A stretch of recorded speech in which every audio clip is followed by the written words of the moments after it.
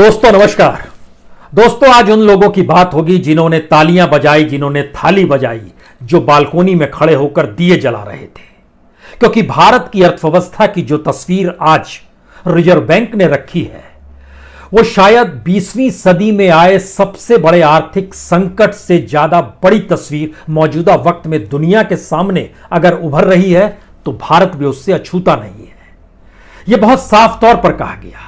लेकिन इसके समानांतर रिजर्व बैंक ने यह भी कहा कि भारत की इकोनॉमी काफी बेहतर है, काफी बेहतर थी, लेकिन मार्च में वायरस के संकट के बाद से अर्थव्यवस्था डामाडोल हो गई। यानी इससे पहले जो आर्थिक स्थितियों की बिगड़ी हुई स्थिति का जिक्र हम डिमोनेटाइजेशन को लेकर करते थे, जीएसटी को लेकर करते थे, रोजगार ना होने को लेकर करते थे, उससे पल्ला झाड़ने की कोशिश भी की गई। और इतना ही नहीं, इस बात का भी जिक्र जब रिजर्व बैंक ने कहा कि G20 दरअसल ऐसे देशों का समूह है जिसमें कमोवेश इस समूची दुनिया के लगभग 350 बिलियन लोग आ जाते हैं, यानी 350 करोड़ से ज्यादा लोग इसमें समाहित हो जाते हैं। भारत भी है, चाइना भी है और दुनिया के और 18 देश भी हैं।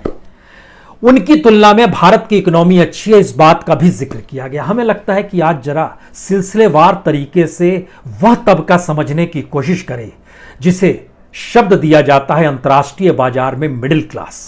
और भारत में मिडिल क्लास की स्थिति क्या इस दौर में हुई है, यह इससे भी समझ सकते हैं कि आईएमएफ की रिपोर्ट बतलाती है कि भारत का मिडिल क्लास सिकुड़ रहा है। यानी उसकी जो अपनी कैपेसिटी थी, जो बाइंग कैपेसिटी थी, उसकी जेब में जितने पैसे रहते थे वह धीरे धीरे कम हो रहे हैं। और जो लोअर मिडिल क्लास है वह तबका बड़ा हो रहा है, अपर मिडिल क्लास बहुत छोटा हो गया है और बीच की स्थिति अपने तरीके से जद्दोजहद करती हुई नजर आएगी। लेकिन इस पूरे मिडिल क्लास को मिला दीजिएगा तो उसके सामने आने वाले वक्त में चुनौती जो है नौकरी जाने की है।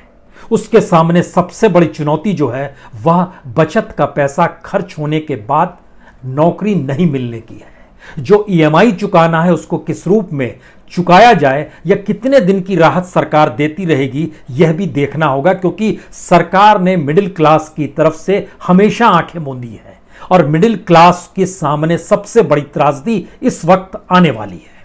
वो कैसी त्रासदी होगी, वो कैसी मुश्किल होगी, इस सिलसिले को समझने से पहले हमें लगता है आज हमने एक इंडस्ट्री ली है। इस इंडस्ट्री को होटल इंडस्ट्री कहते हैं और इसमें बड़ी तादाद में मिडिल क्लास के लोग काम करते हैं। होटल इंडस्ट्री में सीधे तौर पर जुड़े हुए जो सिर्फ भारत के लोग नौकरी करते हैं उनकी तादाद है 73 लाख, 73 लाख। लेकिन इनडायरेक्ट वे में जो उनके साथ जुड़कर लोग काम करते हैं, जो चाहे खानसामा हो जो कि कॉन्ट्रैक्ट पे हो, या वहां पर परोसने वाला हो, या जो भी अलग अलग काम होते हैं, वो छोटे होटल से लेकर बड़े होटल तक में इसकी तादाद अलग से तकरीबन 1.5 करोड़ है। यानी 2.25 करोड़ लोगों को नौकरी देने वाले होटल इंडस्ट्री का पहले जिक्र समझ लीजिए, क्योंकि इसके जरिए इसका अपना बिजनेस जो है तकरीबन 4.5 लाख करोड़ का बिजनेस है। इसका जो भारत में बिजनेस है वह पिछले 4 हफ्तों से ठप पड़ा हुआ है। वहां कोई काम नहीं, अंतर्राष्ट्रीय तौर पर हो रहा है। ऐसा नहीं है कि सिर्फ भारत में नहीं है, लेकिन आज जिक्र हम सिर्फ भारत के उस मिडिल क्लास सोसाइटी का करना चाह रहे हैं जिसने थाली बजाई है, दिया जलाया है। 5 लाख रेस्तरां इस देश में रजिस्टर्ड तौर पर हैं, जिसमें काम करने वाले तकरीबन 2 करोड़ लोगों के सामने मुश्किल यह है कि अब वह कैसे उनकी जिंदगी चलेगी, यह एक संकट है। वो कैसे भरपाई होगी, क्योंकि जो होटल चलाते हैं उसमें तकरीबन 92% होटल चलाने वाले लोग ऐसे हैं जो कि एक लिहाज से किराए की इमारत लेते हैं जहां पर वो होटल चलाते हैं। उनकी टोटल आय का 20% वो किराए में दे देते हैं, जो मौजूदा वक्त में मान लीजिए किराया माफ भी हो गया, लेकिन ये पटरी पर जब चीजें आएंगी तो उसको लौटाना होगा जो उनके अपने कॉन्ट्रैक्ट्स रहते हैं। उस कॉन्ट्रैक्ट्स में सरकार की भागीदारी किस रूप में होगी, यह तभी सवाल उठ सकता है जब सरकार के पास पूंजी हो। रिजर्व बैंक के पास इस देश में पूंजी हो, नहीं है पूंजी। और यह मुश्किल हालात में बार बार इस देश के भीतर का संकट है कि अलग अलग सेक्टर में नौकरी जा रही है। जिस रेडियो और टेलीविजन के जरिए, राष्ट्रीय न्यूज चैनलों के जरिए और दूरदर्शन के जरिए प्रधानमंत्री ये कहते हैं कि कम से कम जो एम्प्लॉयर है वो एम्प्लॉइज का ध्यान दे, नौकरी से ना निकाले, उन्हें पूरा पेमेंट करे, उन्हीं के मातहत काम करने वाला जो ऑल इंडिया रेडियो है, वहां पर कॉन्ट्रैक्ट वर्कर ने जितने दिन काम किया उतना पैसा मिलेगा, बाकी दिन नहीं मिलेगा। इस बात का खुले तौर पर जिक्र है, कर दिया गया। यानी मतलब साफ है कि एक संकट है और ये कहने की बात है। और इसमें मिडिल क्लास के बारे में जिक्र किया नहीं जाता है। जो पहला पैकेज था वह 1,76,000 करोड़, उसके जरिए इस देश के 80 करोड़ उस तबके का जिक्र था जो गरीब है, गरीबी की रेखा से नीचे है। आने वाले वक्त में जो पैकेज आएगा वो कॉर्पोरेट के लिए आएगा। आज जो पैकेज आया इसका हम जिक्र करेंगे और बताएंगे इस पैकेज का कोई महत्व भी है या नहीं है, जो आज रिजर्व बैंक ने ऐलान किया है। लेकिन होटल इंडस्ट्री के साथ जुड़ा हुआ है vegetable industry, non veg industry, dairy products, fruits, flower सब जुड़े। और तकरीबन इस देश में जो खप जाता है इन होटलों में, तकरीबन वह 12 से 18% माल उसमें खप जाता है, जो कि एक लिहाज से रुका हुआ है। इस रुकी हुई परिस्थिति में सबसे ज्यादा इफेक्टिव है मुंबई, पुणे, हैदराबाद, दिल्ली, इंदौर, अहमदाबाद, जो कि एक लिहाज से हॉट जोन है वायरस को लेकर। यहां पे सारी चीजें ठप पड़ी हुई है।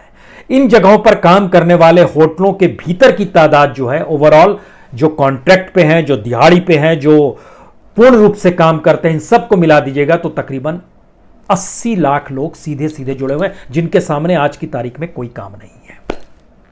नहीं पता है कि उस इंडस्ट्री को कैसे डेवलप किया जाएगा, क्योंकि हमारे सामने यह भी एक सवाल है कि जिस वायरस को लेकर समूची दुनिया चिंता व्यक्त कर रही है उसका अंत होगा कैसे, यह अभी नहीं पता है, या कितने दिन तक चीजें चलेगी यह भी नहीं पता है। अब अगला सवाल यह है कि इसके ठीक समानांतर इस देश के भीतर में अगर सरकार खुद मान रही है एक्सपोर्ट ग्रोथ 35% नीचे आ गया है, रुपए डॉलर के मुकाबले और महंगा हो गया है, रुपया की कीमत और अंतरराष्ट्रीय बाजार में कम हो गई है, तकरीबन इस दौर में लगभग 4.5%। जो स्टॉक मार्केट है उसकी अपनी पूंजी लगभग 23% कम हो गई है। इस दौर के भीतर के झांक कर जब देखिएगा तो तकरीबन $10 बिलियन जो था सिर्फ वो ऑयल इंपोर्ट पे असर पड़ा है, 15% नीचे चला गया है। इसके अलावे जो ज्वेलरी बाहर जाती थी, स्टोन्स जाते थे, इलेक्ट्रॉनिक गुड्स जाते थे, मशीनरी थी, केमिकल थी, सब पे असर पड़ा है। इतना ही नहीं, यहां करते टेक्सटाइल पे सबसे बड़ा असर पड़ा है। इतनी बड़ी तादाद में अलग अलग जगहों पर जो लोग काम कर रहे थे, चाहे वो इंडस्ट्री में काम कर रहे हों, चाहे मैन्युफैक्चरिंग यूनिट में काम कर रहे हों, चाहे वो रियल एस्टेट में काम कर रहे हों, किसी भी यूनिट में जोड़ लीजिए। यहां पर आज हम जिक्र कॉन्ट्रैक्ट वर्कर का नहीं कर रहे हैं, उस मिडिल क्लास का कर रहे हैं जिनकी तादाद इस देश में पूर्ण रोजगार के साथ सामाजिक सुरक्षा पाए हुए तकरीबन 2 करोड़ है। और मिडिल क्लास में से इस 2 करोड़ के अलावे तकरीबन 1,20,00,000 लोग ग्रामीण इलाकों में रहते हैं, जो इस मिडिल क्लास के दायरे में आते हैं। इन सब के सामने संकट आ रहा है। और इस दायरे में जरा समझने की कोशिश कीजिए कि सरकार ने आज क्या कहा, रिजर्व बैंक ने क्या कहा। रिजर्व बैंक ने कहा कि हम लगभग 50,000 करोड़ का एक पैकेज दे रहे हैं। उन्होंने कहा नाबार्ड को देंगे 25,000 करोड़, सिडबी को देंगे 15,000 करोड़, एनएचबी को देंगे 10,000 करोड़। समझने की कोशिश कीजिए, नाबार्ड की स्थिति यह है इस देश में। नाबार्ड का मतलब होता है राष्ट्रीय कृषि एवं ग्रामीण विकास बैंक। इसके मातहत 1 साल के भीतर में जितने किसानों से यह संपर्क बनाता है या जितनी योजनाओं से संपर्क बनाता है, अगर हर योजना को और हर किसान के हिस्से में अगर 2-2 हजार रुपए आ जाएं, तो मान लीजिए ये 25,000 करोड़ रुपए खप जाएंगे। ये स्थिति है। क्योंकि जो रिपोर्ट्स आती है नाबार्ड की सालाना रिपोर्ट, आपको मौका मिले तो आप जाकर देखिए उन सरकार की साइट पे, और आप समझ जाएंगे कि कितनी बड़ी तादाद में सरकार नाबार्ड के जरिए इस देश में काम करती है और उस काम को करने के दौरान सरकार कितना पैसा देती रही है। जितनी योजनाओं को सरकार इंप्लीमेंट कराती रही है, अगर इस देश में आज़ादी के बाद से एवरेज निकाला जाए, और ये तो 80 के दशक में नाबार्ड बना है, उसके बाद की परिस्थितियों को भी देखें तो कमोवेश जितनी योजनाएं हैं, हर योजना को लेकर 2 से 2.5 हजार के भीतर ही देने में यह नाबार्ड के 25,000 करोड़ रुपए खप जाएंगे।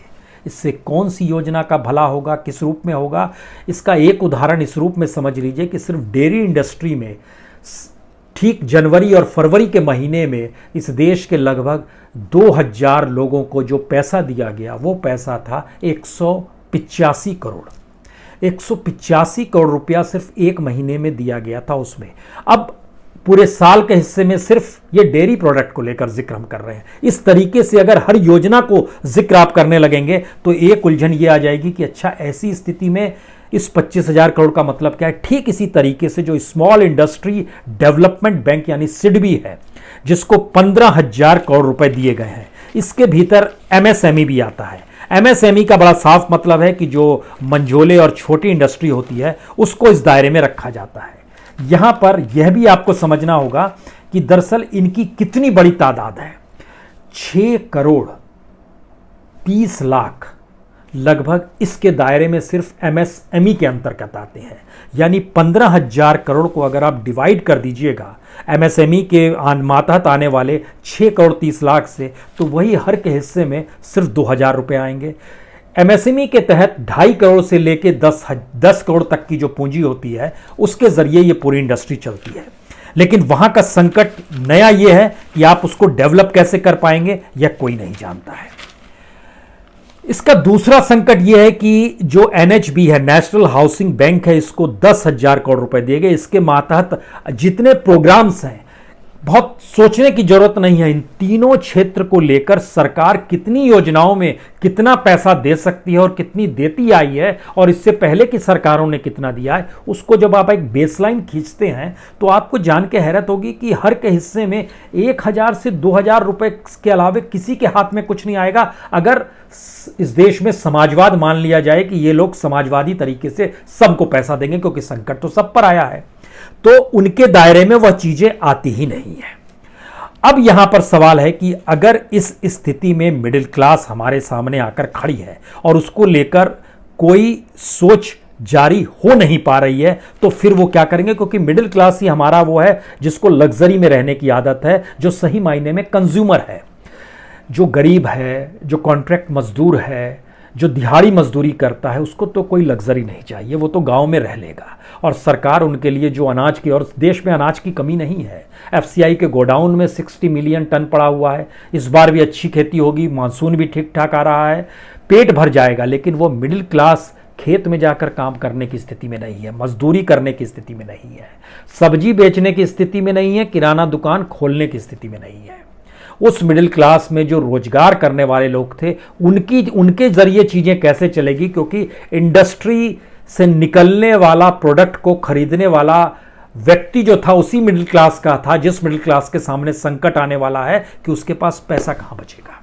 और जो पैसा बचा हुआ है, और खुद इस बात को कहा जा रहा है कि लंबे समय की बचत खत्म हो सकती है, ये इंडिकेशंस अलग अलग एजेंसीज का है, तो वो क्या करेगा? उसके सामने संकट क्या? रिजर्व बैंक इन बातों को समझ रहा है या नहीं समझ रहा है? हमको लगता है इसका सबसे बढ़िया एनालिसिस इस सरकार को लेके इसी बात से किया जा सकता है कि आज सरकार ने कहा G20 में जितने भी देश हैं उनकी तुलना में हमारी स्थिति अच्छी है। G20 का मतलब जान लीजिए, इसमें जो 20 देश आते हैं उसमें Argentina, Australia, Brazil, Canada, Germany, France, Indonesia, Italy, Japan, Mexico, Russia, Saudi Arab, South Africa, South Korea, Turkey, United States यानी अमेरिका और ब्रिटेन, और उसके अलावे चाइना और इंडिया है, और इसके अलावे यूरोपियन यूनियन है। ये G20 बनता है। ये पूरे दुनिया को अगर इसमें मिला दीजिएगा तो तकरीबन 436 करोड़ लोग इसमें समा जाते हैं। एक लिहाज से एक दुनिया ही है ये। लेकिन जरा यह समझने की कोशिश कीजिए कि अगर चाइना और इंडिया को उसमें से निकाल दीजिए, भारत की पॉपुलेशन 138 करोड़, चाइना की पॉपुलेशन 143 करोड़ और बाकी पूरे 18 कंट्रीज विद यूरोपियन यूनियन की जनसंख्या जो है वह तकरीबन 155 करोड़ है। तो इसका मतलब है कि G20 में हमारी हैसियत जो है जनसंख्या के लिहाज से बहुत ज्यादा है। अब इसके भीतर घुसिए कि इकोनॉमी क्या कहती है, जिस G20 का जिक्र किया जा रहा है। इस G20 में भारत की पर कैपिटा इनकम सबसे कम है। आपको यह जानना चाहिए। सरकार के आंकड़ों का जिक्र आज हम इससे हटकर इसलिए कर रहे हैं, आज हम IMF का आंकड़ा बता रहे हैं, क्योंकि सरकार ने अपने आंकड़ों के लिए आज IMF की रीडिंग को बताना शुरू किया है कि हमारी जीडीपी कैसे बढ़ जाएगी। IMF कहता है कि 2020 में मार्च के महीने में भारत में पर कैपिटा इनकम जो है सालाना जो 2020 की है वह $9,027 है। आप कहेंगे $9,027 का मतलब क्या हुआ? $9,027 का मतलब हुआ 6,90,204 रुपए। यह सालाना आय प्रति व्यक्ति आय है। इसको जब आप महीने में कन्वर्ट करते हैं तो एक महीने में आय हुई 57,570 और प्रतिदिन में कन्वर्ट करते हैं तो प्रतिदिन की आय हुई 1,917 रुपए। और इस देश के 80 करोड़ लोगों की आय जो है वह तकरीबन 20 रुपए पर ही आकर टिकती है। 20 से 30 रुपए प्रतिदिन पर आती है और यहां प्रतिदिन 1,917 रुपए। इसका मतलब जो बात हम लोग बार बार कहते हैं कि इस देश के सिर्फ 1% लोगों के पास इस देश का 67% संसाधन और पूंजी है, यही असमानता है। यहां पर एक इंडिकेशन दिमाग में रखिएगा। वायरस के संकट के बाद के भारत की स्थिति में जीडीपी जो बतलाया गया है कि 7.4% होगा, आरबीआई ने जो कहा है, सच ये है कि उसके बाद भारत में गरीबी बढ़ने वाली है, भारत में भूखमरी बढ़ने वाली है, भारत में बेरोजगारी बढ़ने वाली है, भारत में असमानता बढ़ने वाली है। यह स्थिति डेवलप होगी, यह दिमाग में रखिए। क्योंकि जब हम G20 का जिक्र कर रहे हैं तो G20 में अगर भारत में प्रति व्यक्ति प्रति महीने आय 57,517 है तो भारत से ज्यादा सिर्फ साउथ अफ्रीका है जो 1 लाख से कम में आता है 88,900, यानी साउथ अफ्रीका की भी प्रति व्यक्ति प्रति महीने आय 88,980 है, हमारी 57,000 है। ब्राजील का जिक्र भारत को लेकर बार बार होता है तो ब्राजील की भी प्रति महीने प्रति व्यक्ति आय 1,08,420 रुपए है, जो कि IMF कह रहा है। और भारत जो अपने बता रहा है 5 ट्रिलियन की रफ्तार, उसमें IMF का डाटा यह कहता है कि 2024 ही लीजिए, अगला इलेक्शन 2024 में होना है और बीच में रुकावट के लिए 2022 भी ले लीजिए जब यूपी का इलेक्शन होना है। IMF के मुताबिक भारत में 2022 में एक महीने की कमाई 57,000 से 67,000 ही होगी और 67,000 से 78,000 2024 में होगी एक महीने की कमाई, यानी सालाना 9,44,000 प्रति आकलन होगा। तो एनालिसिस IMF का है ये। दूसरी तरफ हम लोग अमेरिका का जिक्र करते हैं, अमेरिका की इकोनॉमी सबसे मजबूत है, सबसे ज़्यादा है। उस लिहाज से अगर समझिएगा तो ये अमेरिका में प्रति व्यक्ति प्रति महीने आय जो है वह लगभग 14,320 है एक दिन की आय। एक महीने की आय 4,29,000 है और सालाना आय 51 लाख। तो हम दुनिया के G20 के देशों में किसी भी देश के समकक्ष नहीं है। सभी देश कमोवेश हर महीने जो प्रति व्यक्ति आय है वह 1 लाख से लेकर 25 लाख तक एवरेज है और हम लोग सिर्फ 57,000 पे। पहले तो ये समझ लीजिए। इसी के बीच में मिडिल क्लास का सच छुपा हुआ है। भारत में तकरीबन 28% माना गया मिडिल क्लास है। इस 28% मिडिल क्लास के भीतर जब घुसिएगा तो जानकारी IMF, वर्ल्ड बैंक और भारत सरकार और इंटरनेशनल लेबर ऑर्गेनाइजेशन चारों को जब हमने मिलाया तो निकला इस 28% में से 14% middle class lower middle class है, 3% अपर है और बीच का जो हिस्सा है 10% उसकी स्थिति और नाजुक है। और सबसे ज्यादा नौकरियां जो जाने वाली हैं वह एक लिहाज से इसी 24% की जाने वाली है जो लोअर मिडिल क्लास है और मिडिल क्लास है, उनकी स्थिति नाजुक होने वाली है। और जिस बात का जिक्र हम कर रहे थे कि लगातार ये सिकुड़ रहा है, तो यह भी वर्ल्ड वाइड रिपोर्ट और उसको लेके जो पर पर्सन पर मंथ की रिपोर्ट जो प्यू रिसर्च सेंटर ऑर्गेनाइजेशन है उसने इस बात की जानकारी दी कि भारत के भीतर की स्थिति है कि 2014 में पर पर्सन पर मंथ की जो आय मिडिल क्लास की थी वो 1,587 थी, यानी 1,500 रुपए वो कमाता था, जो 1,587 रुपए, जिसमें लगभग 60 रुपए की कमी आ गई और 1,524 रुपए 17-18 में हो गया। ये रूरल इलाके में। अर्बन यानी शहरी इलाकों में कमाई थी 2,926 रुपए। यह एक एवरेज निकाला गया है प्रति व्यक्ति पर मंथ की आय अर्बन में, और वो घटकर 2,909 रुपए हो गए, यानी वहां पर भी लगभग 18-19 रुपए कम हो गए।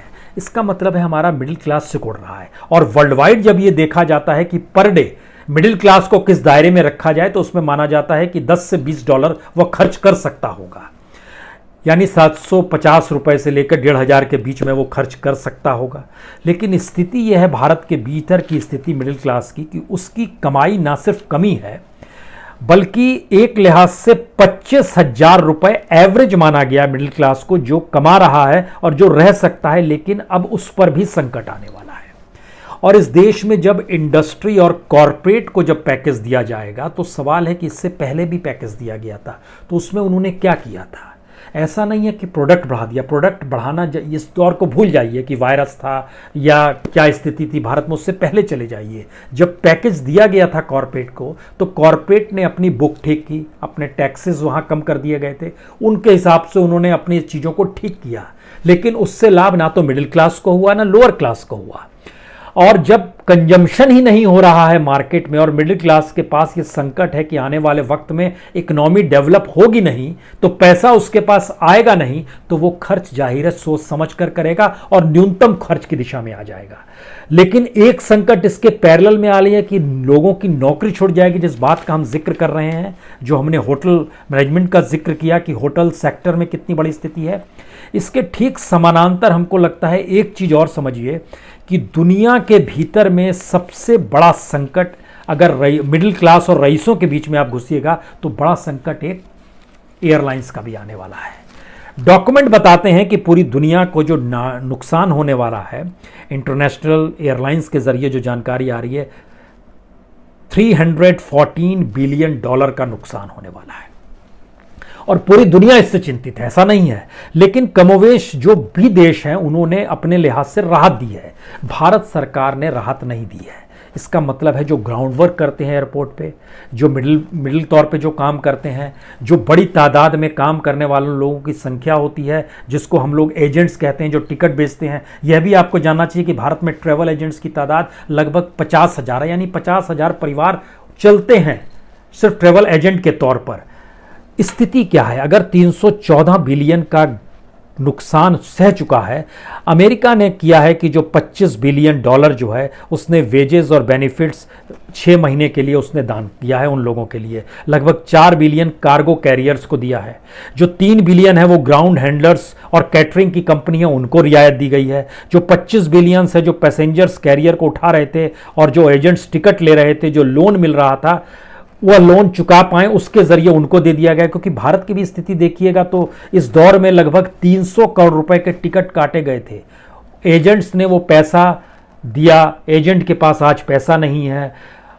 जो कंपनियां हैं अलग अलग भारत के भीतर में जो हवाई जहाज चलाती हैं, वो पैसा लौटाएंगी कब, एक पूरा प्रोसेस है। तो दुनिया के अलग अलग देशों में अमेरिका ने इस रूप में कॉमर्शियल एयरपोर्ट को भी $10 बिलियन का एक पैकेज दिया है। यूरोपियन यूनियन ने 650 मिलियन सिर्फ फिन एयर को दे दिया है जो उसकी अपनी है। 540 बिलियन नॉर्वे की एयरलाइंस को दिया है। 1,500 मिलियन स्वीडिश कैरियर को दिया है। एयर फ्रांस, केलेम, लुफ्थांसा को भी दिया गया, अलग अलग तरीके से मदद की गई है।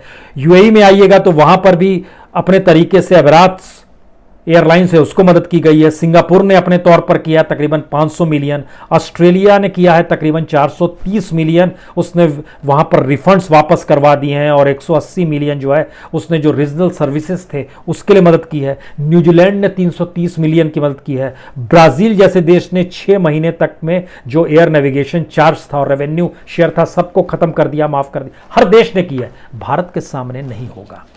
यानी ध्यान दीजिए, तो वह तबका जो मिडिल क्लास का है, जो अलग अलग क्षेत्रों में काम कर रहा है, उसके सामने एक बड़ा संकट है। अब वो क्या करेगा?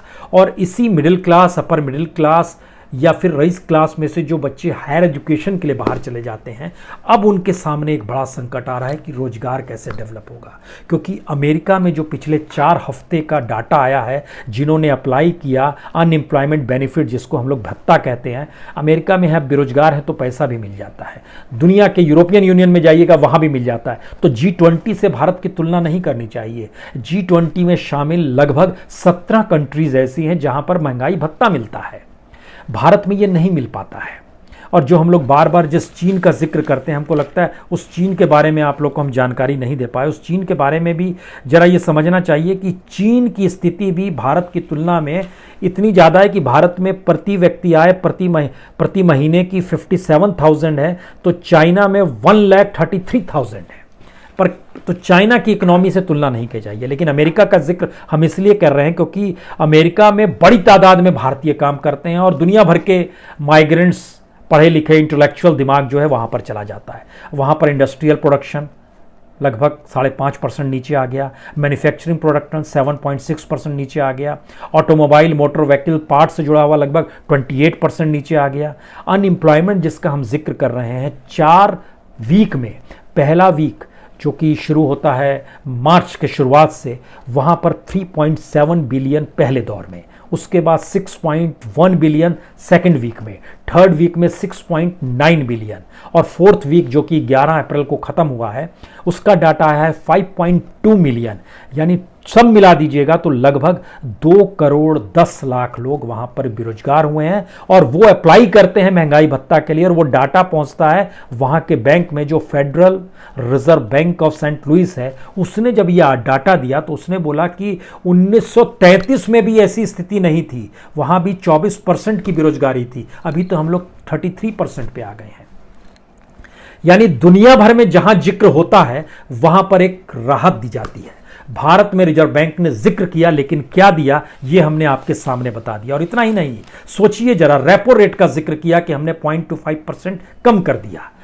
रेपो रेट क्या होता है? जो बैंक पैसा रिजर्व बैंक में देते हैं और रिजर्व बैंक जो इंटरेस्ट देता है बैंकों को वह 4% था, उसको 3.75 कर दिया। रिजर्व बैंक कहता है हमने इसलिए कम कर दिया कि लोग लोन लें, कम सस्ते में लोन देगा और लोन देने के बाद लोग गाड़ी खरीदेंगे, मकान खरीदेंगे। इम्पॉसिबल चीज है। एक ऐसे क्राइसिस के वक्त में लोग गाड़ी खरीदेगा, फ्रिज खरीदेगा, एसी खरीदेगा या फिर घर में इम्पॉसिबल सी चीज है ये सोच ही कहीं अलग जा रही है। और ये सोच उस मिडिल क्लास को एक ऐसे बंद कुएं की तरफ ढकेल रही है जहां पे आने वाले वक्त में उसके सामने बड़ी त्रासदी है, उसको घर में दिया जलाने की स्थिति ना आ जाए। अभी तो उसने बालकोनी में खड़े होकर दिया जलाया, आने वाले वक्त में ऐसा ना हो कि बिजली बिल देने का पैसा ना रहे। क्योंकि दुनिया भर के भीतर में जब आप जाइएगा तो इस बात का भी जिक्र होता है कि आखिर वो कौन सी स्थिति है जिसमें दुनिया के कई देश पटरी पर आ जाएंगे, भारत क्यों नहीं आ पाएगा? भारत इसलिए नहीं आ पाएगा, भारत में सप्लाई चेन नहीं है, भारत में करप्शन बहुत ज़्यादा है।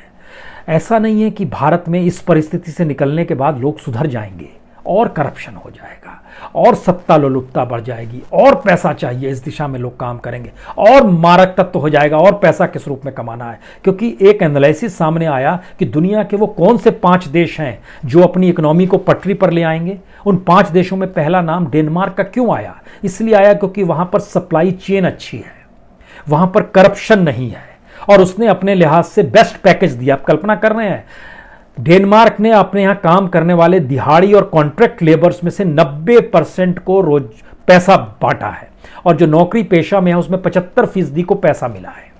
सिंगापुर सेकंड है, उसकी तो इकोनॉमी भी मजबूत है, उसका बुनियादी ढांचा मौजूद है, लेकिन वह भी करप्शन फ्री है, कोई पॉलिटिकल हैजल नहीं है और वहां पर वर्कफोर्स को एक लिहाज से हर सुविधा दी जाती है, बड़ा ही नियम कायदे में चलने वाला है। अमेरिका की इकोनॉमी भी पटरी पर आ जाएगी, उसकी वजह है सप्लाई चेन अच्छी है। वहां पर बिजनेस में कोई जोखिम नहीं उठाता है और बिजनेस में कोई जोखिम नहीं है और सरकार संरक्षण देती है अपने यहां जो बिजनेस पर्सन है अमेरिका के भीतर में। और लगभग $2 लाख का पैकेज भी दिया गया है, 2 लाख करोड़ का पैकेज दिया गया है।